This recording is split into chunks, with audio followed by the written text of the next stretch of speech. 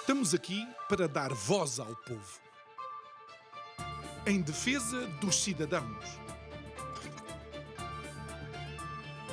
pela dignidade humana. Todos temos deveres, mas também todos temos direitos. Será que existe justiça? Isto é o povo a falar.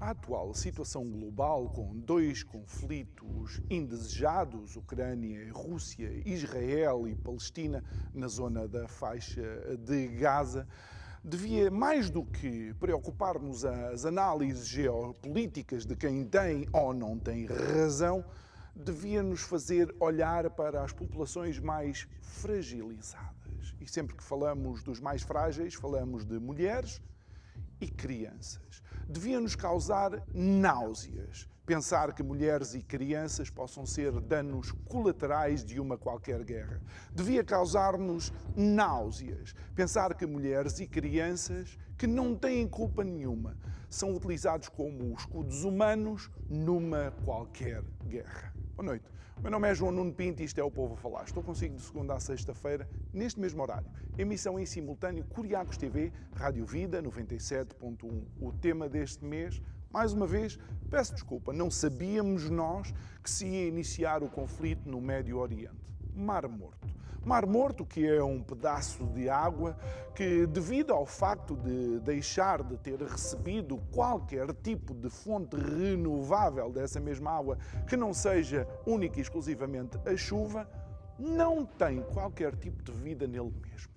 O equilíbrio ou desequilíbrio dos ingredientes que fazem parte desse mar não permitem que qualquer tipo de forma de vida se consiga vencer, se ingrar, reproduzir naquelas águas. Bom, voltemos então àquilo que são as populações fragilizadas, porque existem determinadas políticas que não permitem qualquer tipo de esperança para estas populações. Olhando para Portugal, vivemos um momento verdadeiramente dramático. Porque, para além de toda a crise económica, nós vemos, por exemplo, crianças a ser retiradas aos seus pais porque os seus pais estão a passar por dificuldades económicas.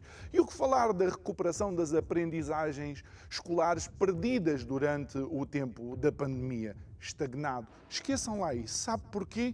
É que, para além dessas aprendizagens não recuperadas, as crianças estão a viver agora um momento ainda mais difícil. Um momento em que veem os seus pais com dificuldades económicas. Um momento em que não sabem se vão ficar naquela casa ou se têm que procurar outra casa. Um momento em que não sabem se, de facto, podem ter um guarda-roupa que lhes permitem combater, seja o calor, seja aquilo que está a chegar, que é o frio. E o que dizer de um país envelhecido que não consegue olhar para as suas crianças como tábua de salvação? É que se elas forem, de facto, as crianças forem, de facto, o nosso futuro, com as políticas atuais, nós estamos a minar o futuro delas. Digo eu que não percebo nada disto.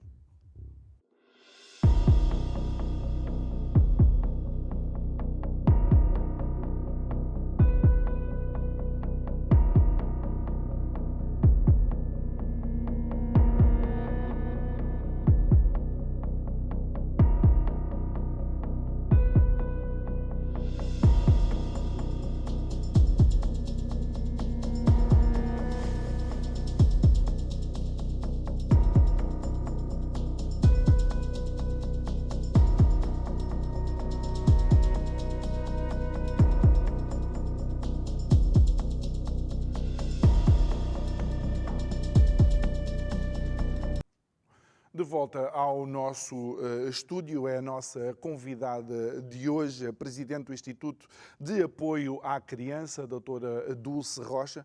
Obviamente nós vamos abordar um tema que é sempre um tema que toca nas nossas emoções, mas temos que analisá-lo também utilizando a lógica e o bom senso para encontrar ou tentar vislumbrar alguns caminhos para a resolução de alguns problemas. Boa noite, doutora Dulce, muito obrigado Boa noite. por ter aceitado o convite. Nós estamos a fazer esta nossa conversa online porque o dia de hoje também tem sido um dia onde a meteorologia não tem sido muito favorável. E, doutora, comecemos de facto. Eu recordo-me de falar consigo e creio que a doutora Lúcia, num programa em que estivemos aqui os três, a problemática de todas estas crianças que vinham do conflito ucraniano e que tinham que ser integradas também aqui na nossa sociedade. Aquilo que vemos agora no Médio Oriente, mais uma vez, vai afetar de facto as populações mais fragilizadas. Sem dúvida, muito boa noite. É um gosto estar de novo consigo. Eu sou o Nuno Pinto. Toca sempre problemas difíceis, faz-me sempre umas perguntas desafiantes, mas é como diz, nós há 2 dias tivemos o Dia Internacional de Luta contra a Pobreza, pela erradicação da pobreza, que ainda é mais exigente, não é? Essa designação era no sentido de, com algumas medidas, os países conseguirem acabar com a pobreza, e verificamos que, como as imagens mostraram, as imagens que mostrou, dizem respeito a uma situação gravíssima de clima também, não é? Nós temos as alterações climáticas também a provocar pobreza extrema, principalmente nos países com proteção, com sistemas de proteção mais frágil, que são os países pobres. Portanto, a pobreza afeta não apenas populações e partes de população, como também países, não é? Nós, enfim, temos o privilégio de estar nesta Europa que, por enquanto, não tem os gravíssimos problemas que outras populações enfrentam. Claro que nós desejamos sempre que haja situações mais favoráveis para as nossas crianças. Isso obviamente que temos sempre esse grande desejo e é a nossa grande aspiração. Mas realmente é incomparável com estas gravíssimas condições que vemos do país, por exemplo, do continente africano, ou daquela situação da faixa de Gaza. São situações realmente que nós nem conseguimos imaginar, não é? Então nos conflitos armados nem se fala, não é? Mais Com ainda. mortes a toda a hora, com crianças estropiadas, com crianças a ficarem sem as famílias. Eu ainda outro dia estive a falar com uma colega minha que esteve no Tribunal de Menores até há pouco tempo. Eu já não estou lá há 20 anos, desde 2003 que fui para Presidente da Comissão Nacional de Proteção de Crianças e Jovens, que deixei de estar no Tribunal de Família e Menores. Mas a minha colega, que se jubilou agora há pouco tempo, falava-me de casos e de fenómenos que eu já não conhecia, que era de crianças que vinham nos contentores e que às vezes vinham aos 17 e aos 18 sem ser nos contentores. Crianças refugiadas, não é? Foram casos dramáticos que eu não acompanhei no concreto no tribunal. Mas realmente essas situações de conflito armado têm sempre consequências gravíssimas para as crianças. Nós, quando foi a guerra da Bósnia, lembro-me que recebemos algumas crianças refugiadas e como conseguíamos convidá-las a participar era através do brincar. Também temos um projeto do brincar. Mas, claro, falou aí das aprendizagens, porque a brincadeira, só para terminar, a brincadeira é uma linguagem universal, como a música, não é? Mas as aprendizagens são absolutamente essenciais. Nós tivemos um período de pandemia em que algumas crianças ficaram sem conseguir contacto com a escola, por exemplo, se não tivessem estes meios à distância que hoje estamos a utilizar por causa do mau tempo, não é? Por causa dos ventos fortes, etc. Na altura da pandemia, algumas contactavam com os seus professores através do telemóvel. Passado um bocado iam-se embora, porque não se consegue acompanhar uma aula com um smartphone, mesmo que seja bom, não é? É muito difícil para um jovem, principalmente. Portanto, houve, de facto, bastantes jovens que ficaram para trás. E temos um novo fenómeno provocado por situações de vulnerabilidade e de pobreza, etc. Os números são muito diferentes daqueles que imaginaríamos aqui há uma década, não é? Em que pensávamos mesmo que era possível erradicar a pobreza. Eu lembro-me que há uns 10 anos participei em convénios em Bruxelas, em que se estava convencido, estávamos na altura, passado pouco tempo que estivemos na altura da Troika, mas era um sonho dos países europeus Claro. erradicar essas situações de pobreza com medidas muito específicas. E Oh, doutora, criaram subsídios de- para os mais velhos, deixe-me então subsídios para as lançar-lhe um crianças. desafio. Deixe-me lançar-lhe um desafio porque Sim, a doutora tem um percurso dentro da nossa democracia, também é um percurso importante, no sentido em que esteve na justiça, esteve na linha da frente, por assim dizer, na valorização da mulher enquanto juiz e está agora a tratar destas questões, já há muitos anos, à frente do Instituto de Apoio à Criança. Alguma vez, fazendo, digamos, uma viagem no tempo, alguma vez, no início desta nossa democracia, a doutora Dulce pensaria que veria portugueses, suas famílias e as suas crianças com trabalho a viver em tendas? não imaginava. Tem sido uma grande desilusão a luta contra a pobreza, e era isso que eu lhe queria dizer. Quer dizer, aqui há não sei quantos anos houve uma grande manifestação em frente a Estrasburgo, em frente à sede do Conselho da Europa, para chamar a atenção para a pobreza extrema. E está a ver, num país da Europa, haver esse protesto, não é? Depois passou a ser o dia 17 de outubro. Não sei se foi em 92, se foi em 82, não tenho bem a certeza, mas já foi há umas décadas. Na altura houve até uma série de medidas tomadas para combater a pobreza que resultaram. E houve o rendimento mínimo garantido para dar dignidade às pessoas, porque se dizia a pobreza extrema leva ao comprometimento da dignidade humana. Claro. Portanto, as pessoas a viverem sem condições absolutamente nenhumas não podem exercer os seus direitos de forma nenhuma. E realmente foi um grito muito, muito importante do padre Józef Wawrinski, que ele tinha origem polaca, creio eu, e passou a haver um dia por ano, que se lembra, um dia contra a miséria e a pobreza extrema. Depois isso foi de tal maneira que a determinada altura foi entendido que devia ser um dia mundial. E a própria Organização das Nações Unidas criou objetivos, os objetivos do milénio, e dos primeiros era erradicar a pobreza.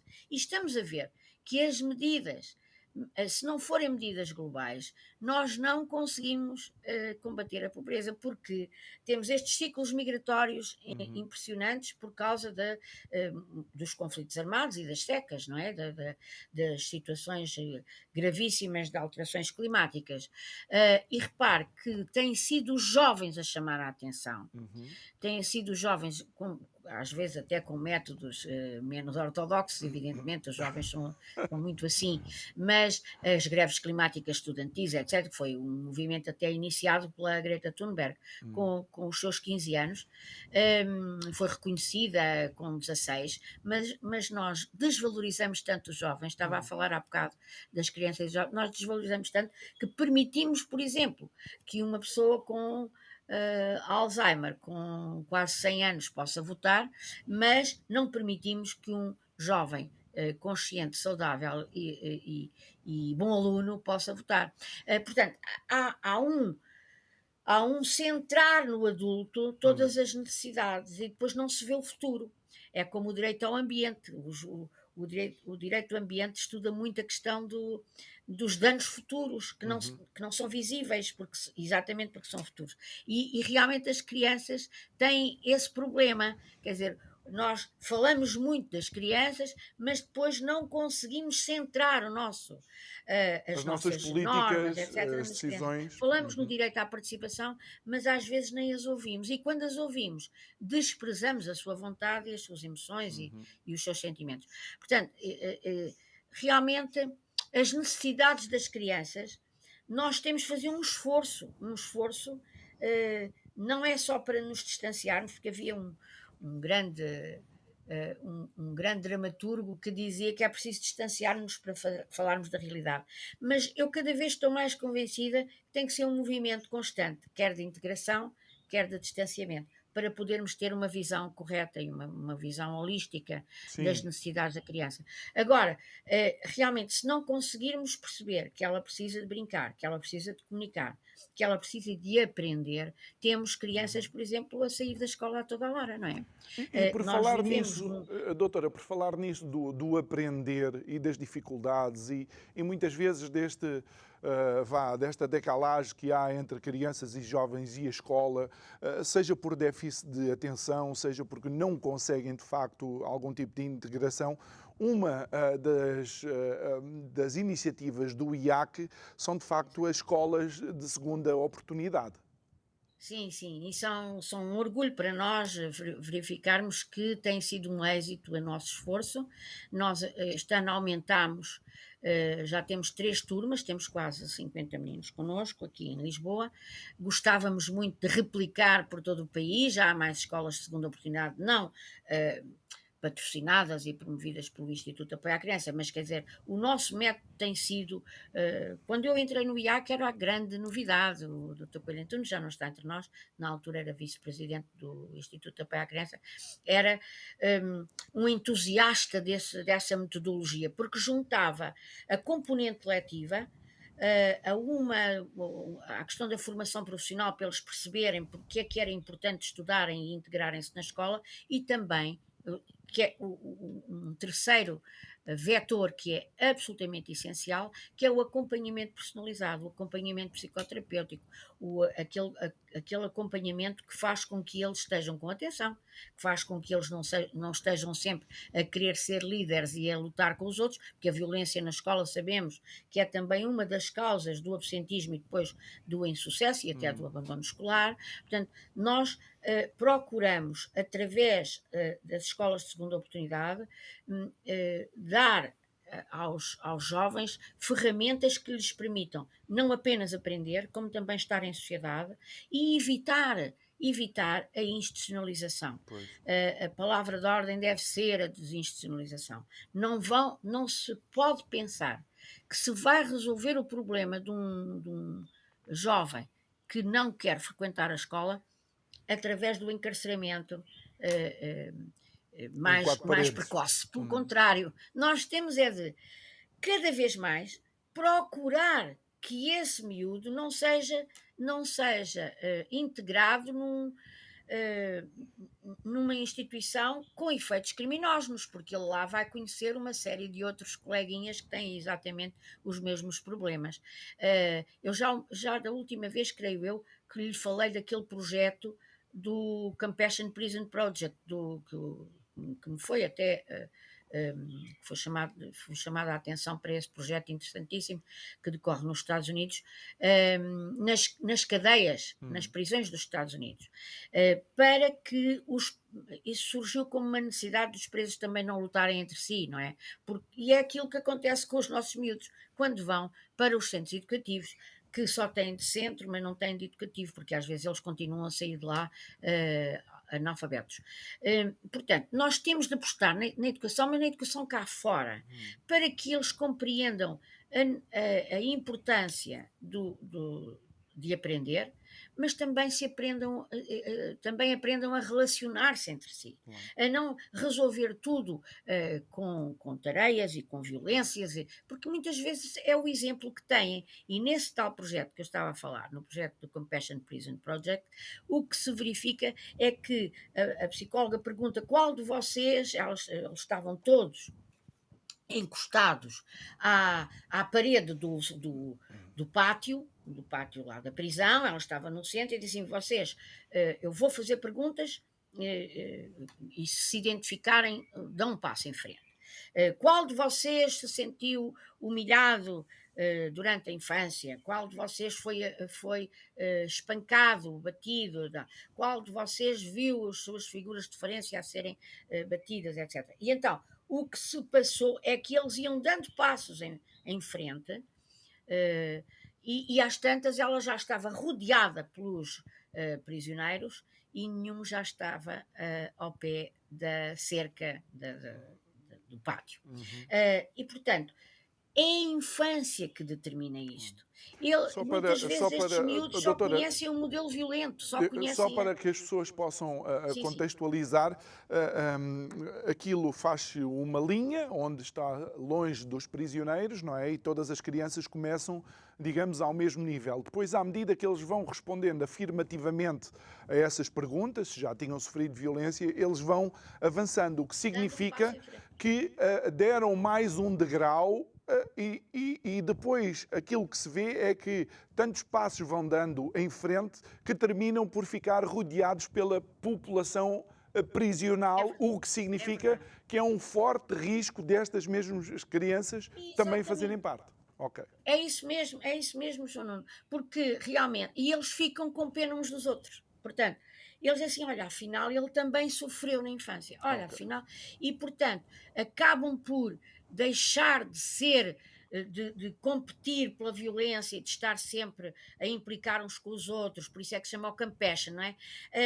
E conseguiu-se mais evolução na cadeia e mais amizades, e eles fizeram mais amizades, mas quer dizer, isto mostra como a infância e a adolescência têm importância na vida futura das pessoas, na vida adulta, e é mesmo o desamor que leva à marginalidade, à criminalidade. Evidentemente que nós não estamos aqui a dizer que um indivíduo pratica um crime e depois não seja punido, obviamente, isso era negar até a minha profissão de toda a vida, que foi Ministério Público, não sei dizer, fui Procuradora.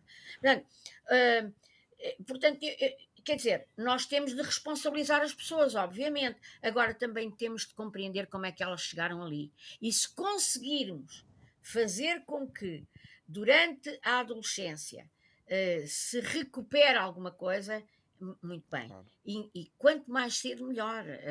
A intervenção precoce é o melhor de tudo. É na infância que se doutora, deixe-me lançar também aqui deixe-me lançar uma questão, uma vez que estamos a falar de escola e escolas de segunda oportunidade. Se Portugal também não deveria pensar numa mudança do sistema de ensino? Sem dúvida, mas eu concordo inteiramente consigo. Olha, eu começo até pela sala de aula.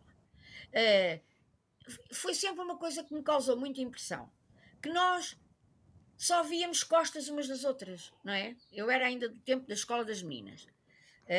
E o que é que acontecia? Quando queríamos dizer alguma coisa, tínhamos que virar para trás e recebíamos logo um raguete, uma admoestação, não é? Porque estávamos a querer partilhar alguma coisa importante que se passou na aula e isso era imediatamente censurado. Quer dizer, há uma série já de países que adotaram uma configuração diferente da sala de aula. Aliás, não é preciso só os países. Por exemplo, eu lembro-me que no Cambridge School, que eu frequentei, no Cambridge nós estávamos em roda a olhar uns para os outros, não estávamos de costas viradas. Eu acho isso uma coisa, quer dizer, crianças pequeninas e porem-se logo a verem-se só as costas. Só isso determina logo qualquer coisa. E o professor está ali, parece que está ali sempre para punir. Isso não é a ideologia da escola moderna, da Maria Montessori.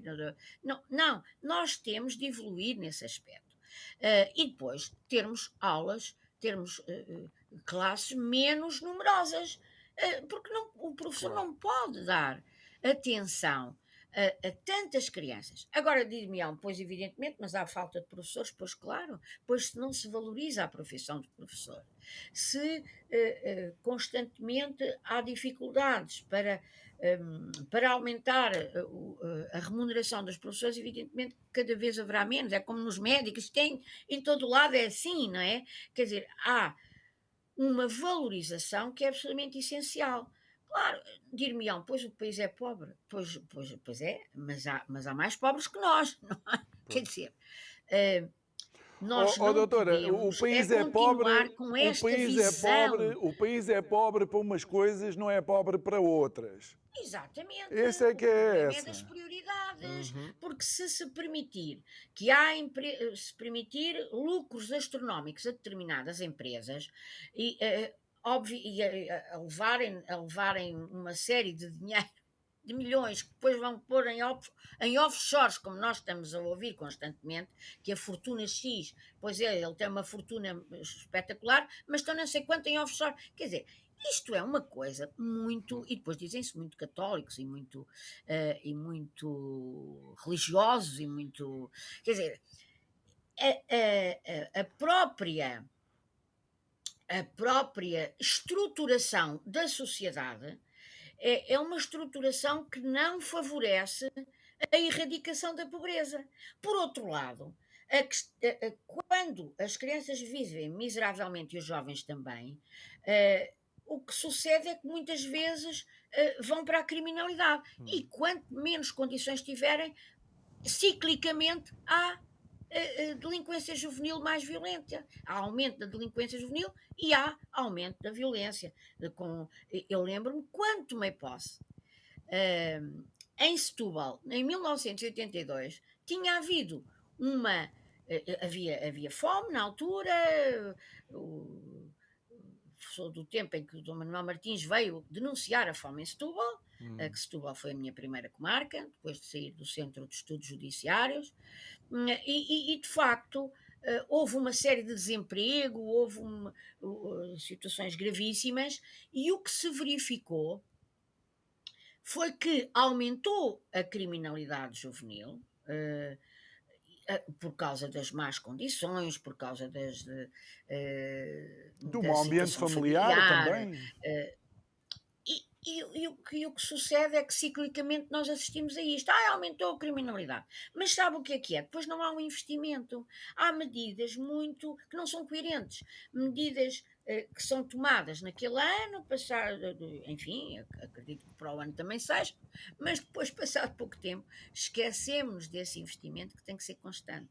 E as nossas crianças e os nossos jovens não têm suporte suficiente e suporte adequado, desvaloriza-se, por exemplo, a saúde mental, não se acompanha crianças que têm problemas, não é?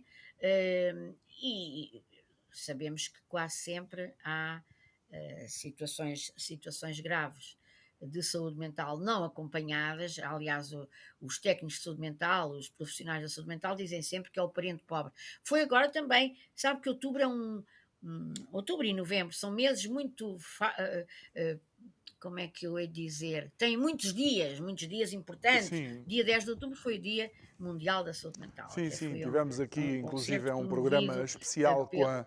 a doutora Joaquina Castelão, que é presidente da Familiarmente, que é uma confederação que agrega várias associações. Mas, por exemplo, relativamente a essa questão, há dinheiro, mas o dinheiro é difícil chegar às associações. E outra coisa que a doutora disse, e vai de encontro com aquilo que a doutora Dulce Rocha acabou de dizer, não há, de facto, uma política que seja de longo prazo. São coisas que são feitas para o momento, mas que depois, se calhar, quando muda a legislatura, muda a legislação. É isso, é o que acontece muitas vezes. Portanto, são medidas que não são coerentes porque não são estruturais, não é? E é por isso que o professor José Ornelas, que comemorou o Dia Mundial da Saúde Mental com um grande concerto onde esteve o pianista Artur Pizarro, outro dia na aula magna. O que sucede é justamente isso, quer dizer, não há mudanças transformativas. As mudanças são muito particulares, destinam-se àquele momento Pois. e não têm continuidade, como estava a dizer, não é? E por isso, depois, não há aquela coerência substancial que é absolutamente necessária para que realmente A sociedade mude, não é? haja mudanças que se vejam, porque Claro. depois essas mudanças ninguém repara nelas. Eles anunciam com grande pompa e circunstância. Outra questão é a fraca participação das organizações não governamentais. A sociedade civil tem sempre muito. Como é que eu hei de dizer? Elas são consultadas às vezes, não direi que não, mas não daquela forma constante que nós gostaríamos. Deviam Nós, ser olha, mais pedimos agora, ou interventivas. estamos a pedir, eu acho que ainda não assinei o ofício, mas é uma coisa de dias, para sermos membros do Conselho Consultivo da Comissão para a Igualdade e Cidadania. E porquê? Porque o Instituto de Apoio à Criança faz imenso pela igualdade e pela cidadania. E, como é da criança, sai do Conselho Consultivo, quer dizer, nunca foi chamado. Nós vamos pedir para participar, vamos ver, temos muita esperança, porque as nossas sessões nas escolas, as nossas sessões de esclarecimento, de promoção dos direitos, etc., falamos sempre na importância da cidadania e da educação. Aliás, é um dos objetivos da educação, é valorizar a cidadania, a igualdade, os Doutora, direitos sabe humanos. que isso é uma chatice para o Estado. Cidadãos que conhecem os seus direitos, que se agregam em associações que estão validadas pela Constituição da República Portuguesa e que são cidadãos interventivos e que gostam de pedir que o Estado lhes preste contas, isto é uma chatice. Mas era se calhar o caminho para a mudança. Temos muito pouca. Nós temos uma história de combate às associações, como sabe, não é? E depois do 25 de Abril não foi suficientemente valorizada a importância das associações.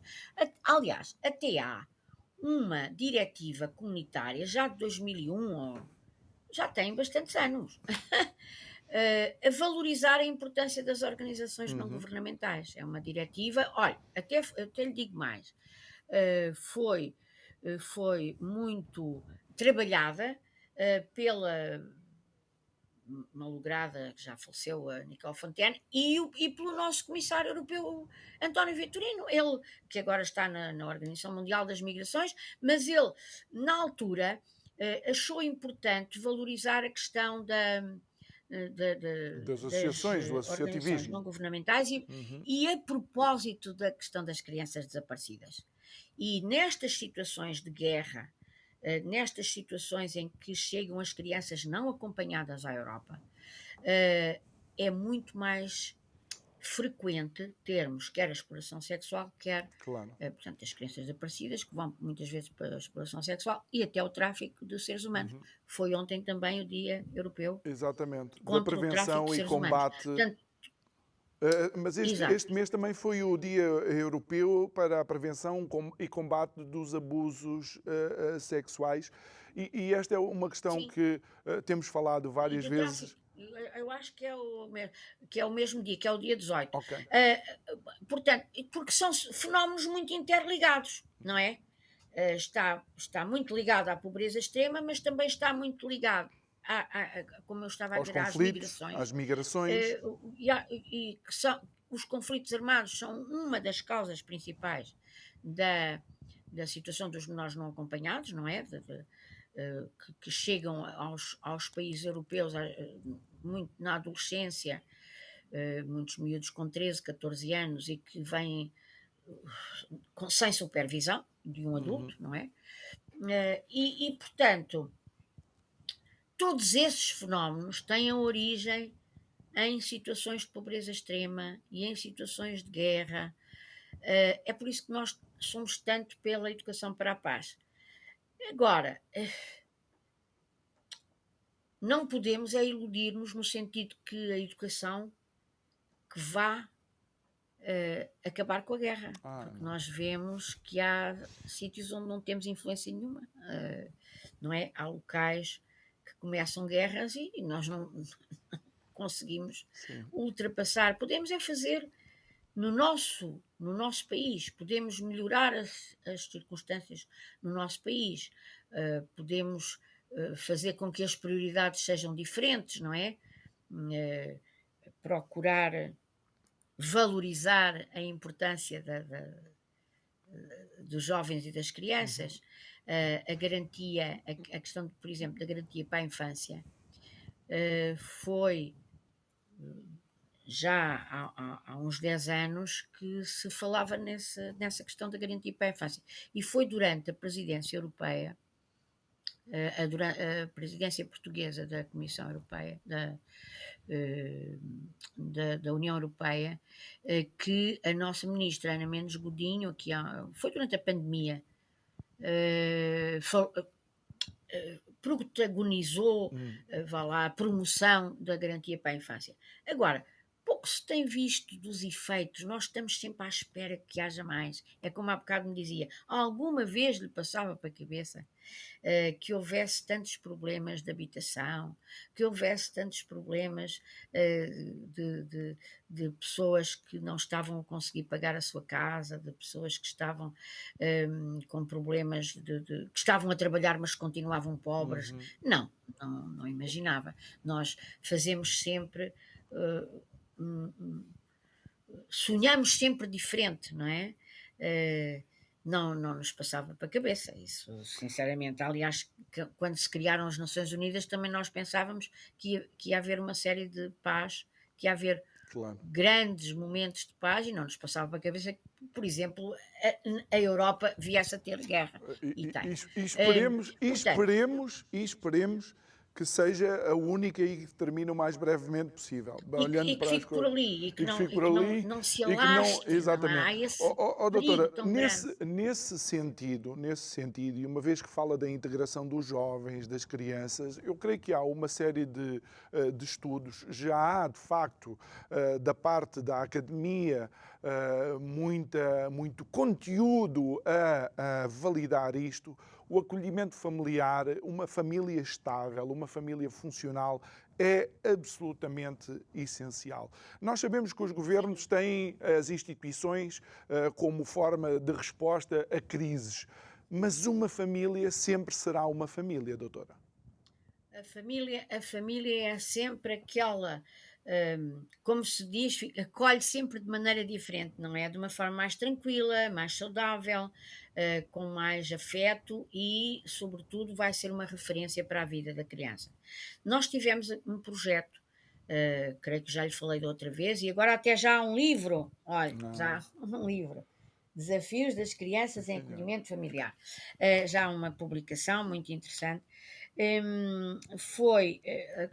Chamava-se Academia para a Parentalidade, e o que se pretendia era estudar os problemas das crianças e dos jovens que iam para acolhimento familiar, porque geralmente eram crianças que não podiam ser adotadas, não é? Ou porque já eram mais crescidas, ou porque ainda tinham algum contacto com família, ou porque não havia famílias para aquelas idades que quisessem adotar, o que é frequente, porque geralmente as pessoas que querem adotar são as pessoas que querem crianças mais pequeninas, o que é natural também, porque as pessoas que querem adotar querem algo de semelhante à filiação, querem o seu bebê, e sabem que a adoção que é mais... que tem mais êxito, tem mais sucesso se for precoce. Mas o que se pretende é que a criança não fique institucionalizada tanto tempo e que a instituição seja mesmo o último recurso. E o acolhimento familiar é uma forma muito interessante de dar uma família a uma criança e dar uma família que seja uma referência, não é?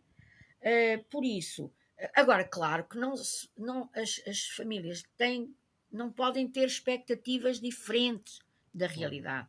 Geralmente são crianças mais difíceis, no sentido em que não fazem a vinculação tão rapidamente, pois já são mais crescidas, é natural que não façam a vinculação que é suposto terem por volta do ano ou por volta dos meses, não é? São crianças mais desafiantes, crianças que às vezes não reagem da forma esperada porque tiveram experiências traumáticas e, portanto, é importante que também essas famílias recebam alguma formação, porque senão podem ter desilusões e depois a relação não ser correta. Agora, tudo o que se possa fazer para haver um investimento no acolhimento familiar era bom. Nós fizemos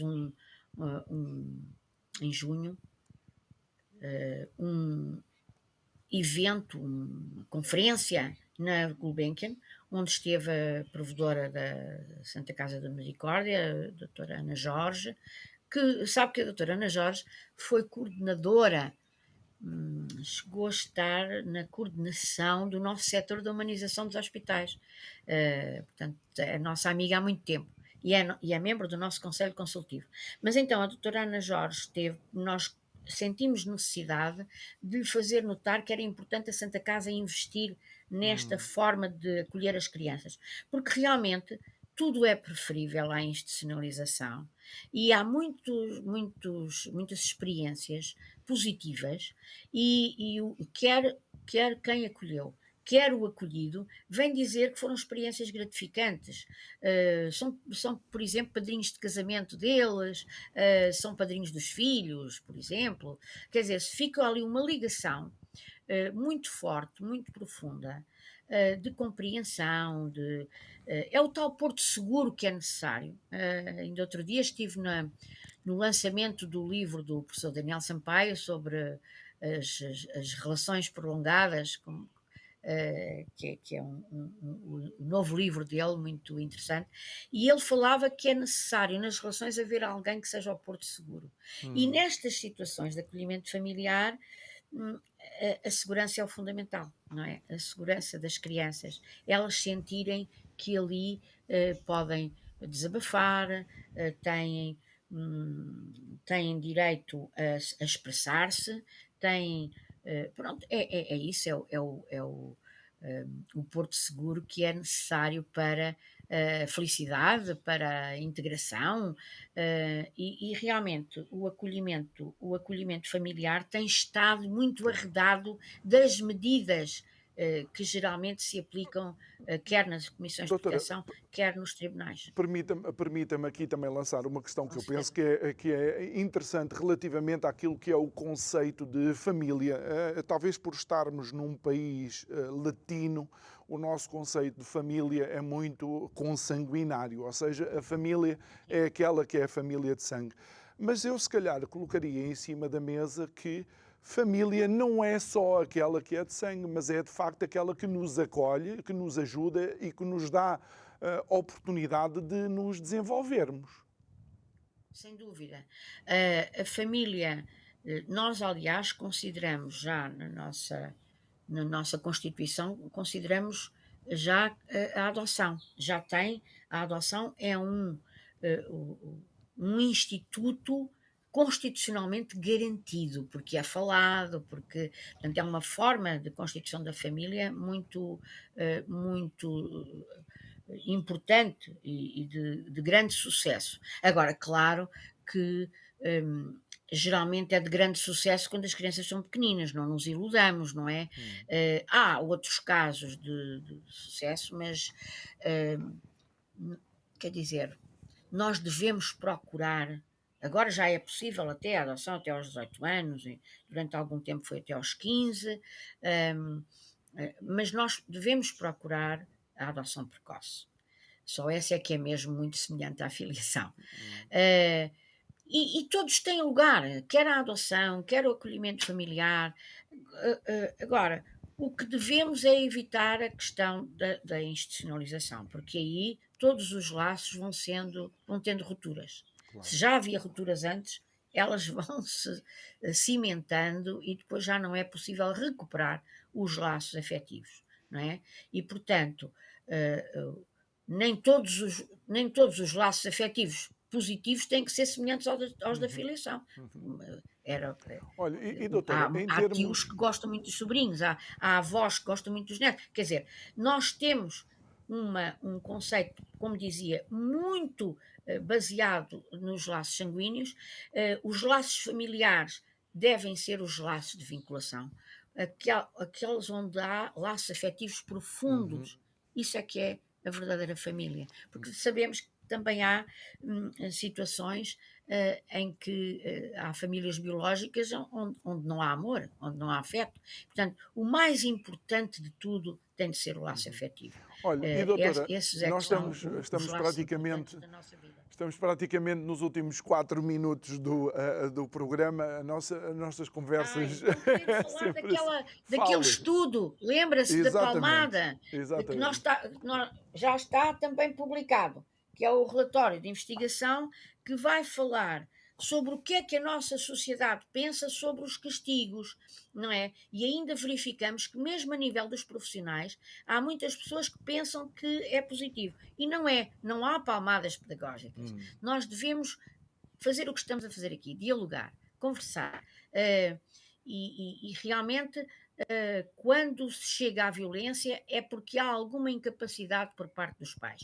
Claro que nem sempre é fácil educar, pois evidentemente sabemos isso, mas devemos fazer um esforço cada vez maior por compreender as crianças e por não haver modelos violentos. Isso é que é grave. A criança quer agradar, a criança quer que os seus pais a amem incondicionalmente. Portanto, se a criança tem comportamentos errados, desadequados, deve ser acompanhada, deve ser esclarecida, deve haver um esforço, porque nós não podemos bater nos adultos, porque nós não podemos bater nos vizinhos, não podemos, o marido não pode bater na mulher, a mulher não pode bater no marido, não pode bater. Quer dizer, as crianças não podem ser o único extrato da sociedade em que é permitido bater. Isso é.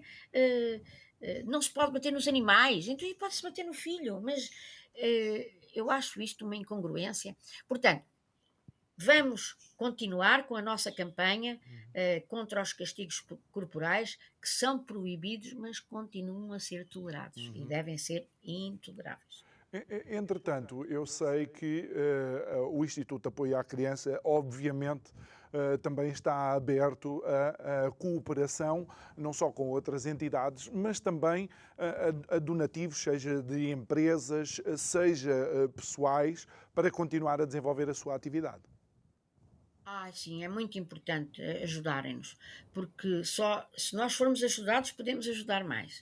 E o nosso site, que é o www.acrianca.pt, tem lá o número para onde devem, o número do NIF, para onde pode ser canalizada a vossa ajuda, é muito importante. Agora, na altura das entregas do IRS, na altura do Natal, nós precisamos sempre, porque apesar do Estado nos ajudar, a nossa autarquia de Lisboa também, mesmo agora aprovou a elaboração de um novo protocolo, nós precisamos muito que a população nos ajude também a fazer o nosso trabalho. Se nos ajudarem a crescer, nós ajudamos as crianças a crescer melhor também. Muito bem. Muito obrigada, João Nuno, por falar nisso. Ainda antes de... Ao fim de 40 anos, precisamos muito da vossa ajuda. ainda antes de terminar, eu queria de facto deixar aqui uma palavra de agradecimento à doutora Dulce Rocha por sempre estar disponível, neste caso também ao Instituto de Apoio à Criança por sempre estar disponível para estar connosco. Agradecer também o facto de me permitir colocar em cima da mesa alguns assuntos que não são tão confortáveis assim por força da emoção que nos causa. E mais uma vez, muito obrigado por disponibilizar um bocadinho do seu tempo, doutora Dulce Rocha. E eu agradeço lembrar sempre de mim. Até uma próxima oportunidade, sim. Até à próxima. Obrigado a si que nos acompanhou em mais um Isto é o Povo a Falar. Estivemos a abordar as questões das crianças em Portugal. Quero dizer também que pode subscrever o nosso canal do YouTube, clicando lá no sininho, para que receba as notificações sempre que colocamos um vídeo online. E o seu gosto e as suas partilhas nas nossas redes sociais também são uma ajuda para nós, para continuarmos a ter esta programação e estas conversas que temos. Resta-me agradecer-lhe, desejar-lhe um resto de uma ótima noite e dizer que conto consigo amanhã para mais um programa. Obrigado.